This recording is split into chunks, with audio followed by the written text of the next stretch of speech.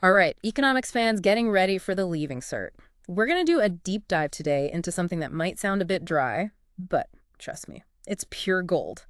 We're cracking open the 2022 Leaving Cert Economics Higher Level Marking Scheme. Ooh, yeah, the marking scheme. Yeah, it's like a treasure map, right? Absolutely. It shows you exactly what the examiners are looking for, how they think, so you can basically like get inside their heads. Exactly. You can tailor your answers to what will get you the best marks. Right, like why wouldn't you use every tool you have available? It's like having the cheat codes for the exam. Exactly. Cheat codes. I love it.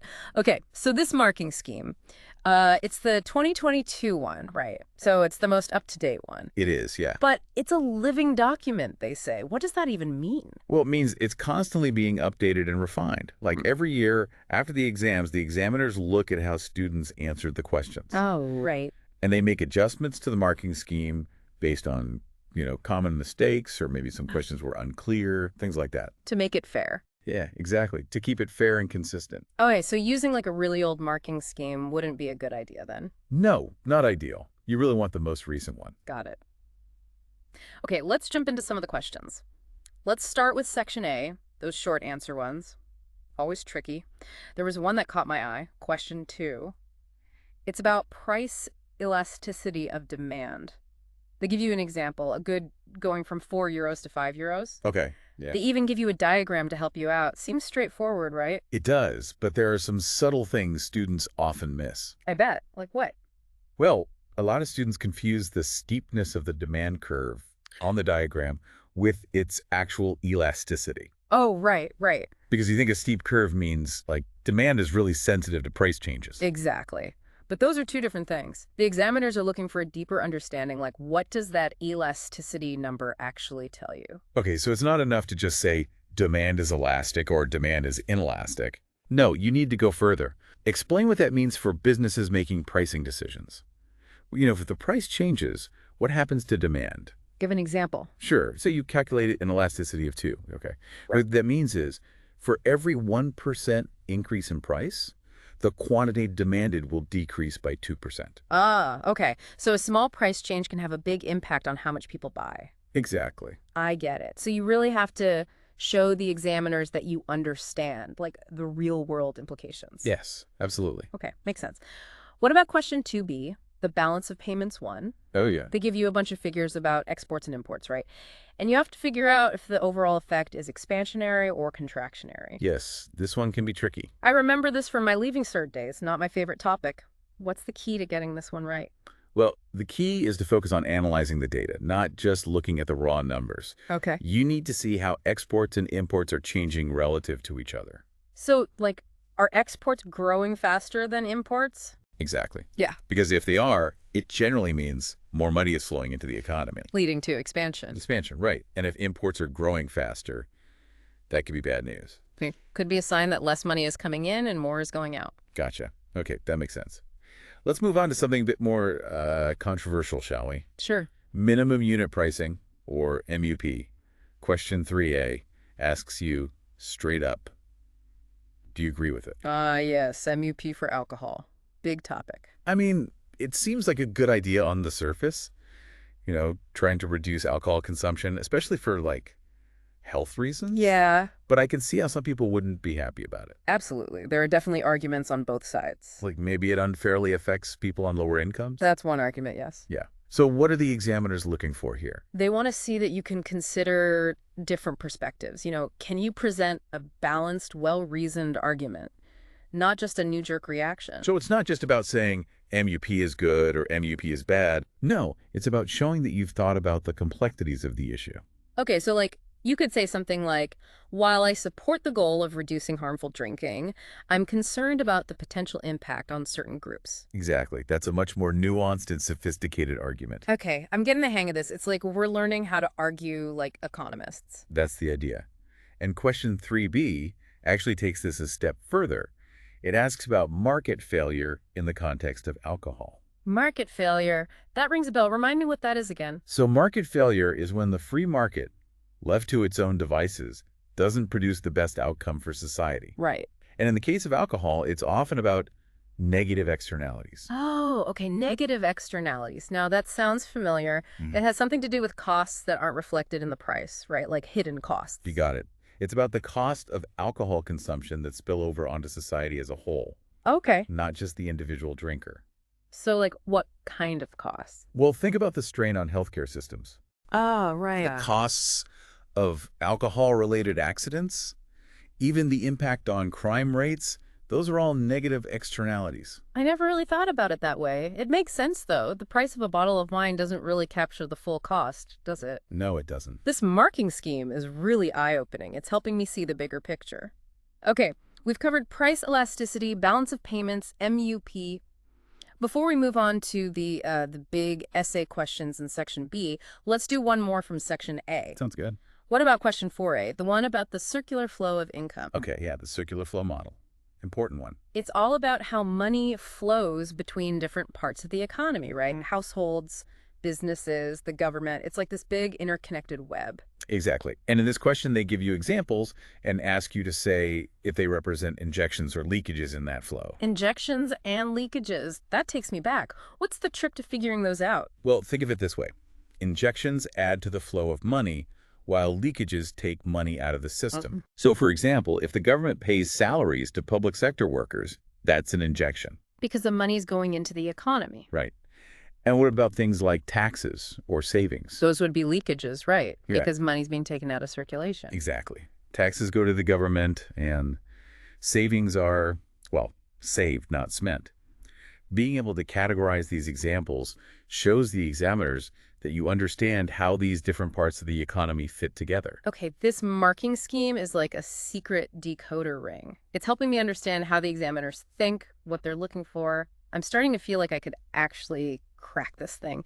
But section B, the essay questions, those are a different beast altogether, right? They are a bit more challenging, yes. Yeah. They require more in-depth analysis and critical thinking. All right, well, I'm up for the challenge. That's the spirit.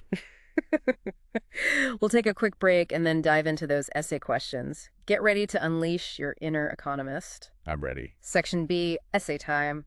Let's do this. All right, let's jump right in. Question 11. It's all about regional development. And they give you some data showing the average rent in Dublin and Waterford City back in 2021. Big difference. Oh, yeah. Rent in Dublin, always a hot topic. So, what are they getting at with this question? Well, I want to see if you can apply like basic economic concepts to explain real-world situations. Okay, yeah. Like, why is rent so much higher in Dublin compared to Waterford? Right, right. So, what would be a good way to approach that? Well, you could talk about demand, for example. Dublin, it's the capital, right? More job opportunities, more people want to live there. Higher demand pushes prices up. Makes sense. And maybe supply plays a role too, right? Absolutely. Supply and demand, always two sides of the same coin. Think about the availability of land for building, for example. Dublin's a pretty built-up city, right? Less land available compared to Waterford. Yeah, that's true. So, more restricted supply, higher prices. Exactly. You could even bring in the concept of elasticity here. You know, if the supply of housing in Dublin is inelastic, meaning it's difficult to increase quickly, even small changes in demand can have a big impact on prices. Ah, okay. So, showing the examiners that you can connect these different concepts, that's what gets you the marks. Precisely. Okay, cool. Now, the second part of that question asks about government interventions. How can the government try to balance out this regional development? Yeah, that's a great question. So, you have to think like a policymaker. What could the government do to, say, close the gap between Dublin and Waterford? Well, could they invest more in infrastructure in Waterford? Oh. Better transport links, broadband, that kind of thing. That's a great idea. Make it a more attractive place to live and work, maybe even encourage businesses to relocate there. Right. And if more businesses move to Waterford, that creates jobs, right? Which could then boost demand for housing and maybe even out those regional differences. Exactly. You're thinking along the right lines. What about things like tax breaks? Could the government offer tax breaks to businesses that move to Waterford? They could, yeah. Or even provide incentives for people to move out of Dublin. Lots of different options. Okay, but I guess with any government intervention, there are always like potential downsides too, right? Oh, absolutely. There's no such thing as a free lunch in economics. Right, right. So, for example, what if those incentives just shift the problem somewhere else or end up costing the government more than they save? Those are all important considerations. The examiners want to see that you can weigh the pros and cons. not just offer simplistic solutions. Gotcha. Okay, let's move on to another question, shall we? What about question 12, the one on market structures? Ah, yes, market structures. This one focuses on monopolies and oligopolies. Right, I remember those from my textbook. Monopolies have like one big player controlling everything, right? And oligopolies have a few dominant firms. Exactly. And in this question, they use pie charts to show how the Irish electricity market transitioned from a state monopoly to an oligopoly. Oh, interesting. So what are the examiners looking for here? They want you to show that you understand the characteristics of each market structure, Yeah. and their implications for the economy as a whole. Okay, give me an example. Well, monopolies, for example, they might benefit from economies of scale because they're producing on such a large scale, so their costs are lower. Right. But the downside is they can also lead to higher prices for consumers because there's no competition. And maybe less innovation too, right? Exactly, because they don't have to worry about rivals coming up with better products. And what about oligopolies? Well, in an oligopoly, those few dominant firms could collude, work together to keep prices high. Even though there's technically more than one player in the market, they might not be competing all that fiercely. Ah, I see. So even though it's not a monopoly, it can still have some of those same downsides. Precisely. And this question also touches on deregulation and privatization. Oh, yeah, those were big topics in the news a while back. They were. Remind me what those terms mean again? Sure. Deregulation is basically about removing government rules and restrictions, kind of letting the free market do its thing. Yeah. And privatization is about selling off state-owned assets to private companies. Right, right. So in the context of this question, the examiners are testing your knowledge of how governments can shape markets. Okay, so with deregulation, the idea is that more competition is good for consumers, right? Lower prices, more choices. That's the theory, yeah. But it can also lead to problems if there aren't enough safeguards in place. And with privatization, there are arguments for and against it. Right. Like Yeah. some people might say it makes companies more efficient because they're driven by profit, and others might worry about like essential services being controlled by private interests. Exactly. It's all about understanding those different perspectives and, seeing the complexities of these issues. All right, one more question before we wrap up this section. So good. Let's talk about sustainability. It's a huge topic these days, and the Leaving Cert doesn't shy away from it. It doesn't. Question 16, for example. It starts with this really powerful quote from the UN Secretary General talking about a code red for humanity because of climate change. Yeah, it's pretty sobering stuff. It makes you realize that, like, this isn't just an abstract issue, it's really happening. So what are the examiners trying to get at with this question? Well, they want you to think about the economic impacts of climate change. Yeah. How will it affect businesses, jobs, the overall economy? Okay, yeah, that makes sense.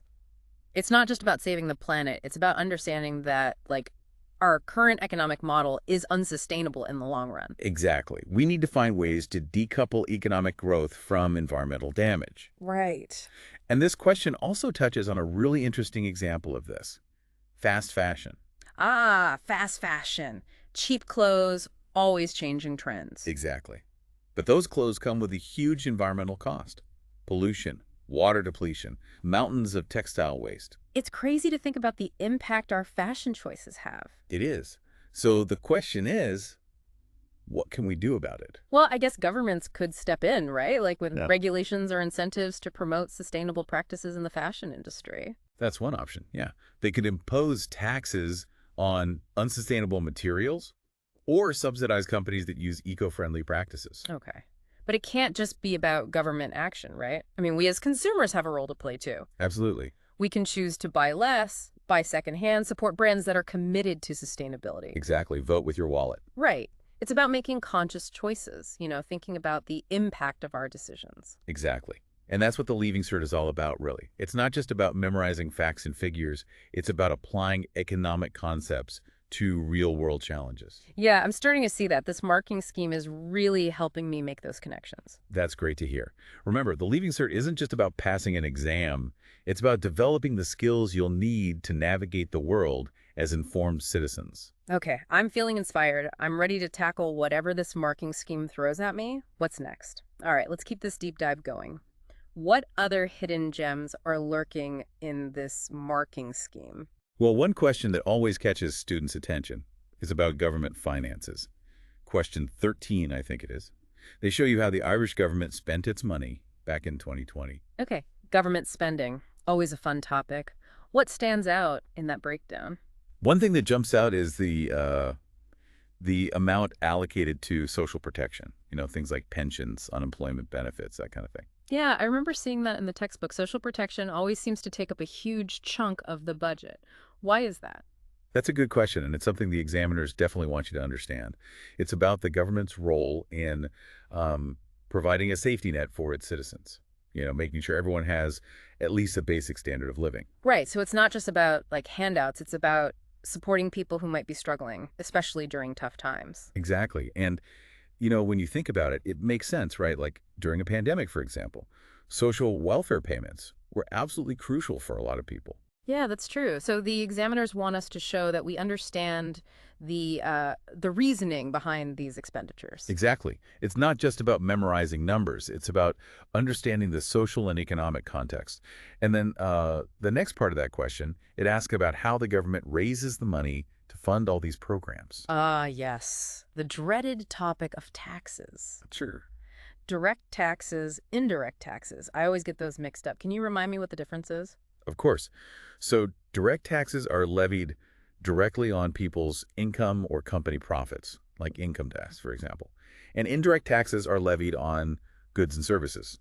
So like VAT, you pay it when you buy something. Okay, starting to come back to me now. Yeah. So the examiners are basically testing our knowledge of like the different tools the government has at its disposal. Exactly. And it's not just about defining these terms. It's about being able to give examples, and explain how they impact the economy. This marking scheme is really good for like connecting those dots, Hmm. seeing how all these different concepts fit together. It is, isn't it? It's like a roadmap for understanding the Leaving Cert economics course. It really is.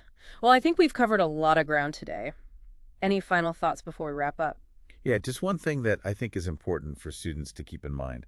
We've been talking a lot about government interventions, right? Like in regional development, sustainability, even fast fashion. Right. But, one of the big questions in economics is where do we draw the line? What do you mean? Well, what's the ideal balance between government action and individual responsibility? Like, how much should the government intervene in the economy, and how much should we be relying on individuals to make the right choices? Ah, that's a tough one. No easy answers there. Exactly. And that's something I'd encourage you all to think about, as you continue your studies. It's a question that goes far beyond the Leaving Cert. Yeah, it's a question for like life in general, really. Well, I think that's a great note to end on. This deep dive into the Leaving Cert economics marking scheme has been incredibly helpful. I feel like I've gained a much deeper understanding of the course. And honestly, I'm actually feeling kind of excited about the exam now. That's great to hear. And remember, the skills you're developing here, analyzing information, thinking critically, these are skills that will serve you well in any field you choose to pursue. Couldn't agree more. Well, that's a wrap on our deep dive. We hope you found it useful and that you're feeling empowered to tackle those Leaving Cert economics exams. Best of luck, everyone. Remember, the world of economics is waiting for you.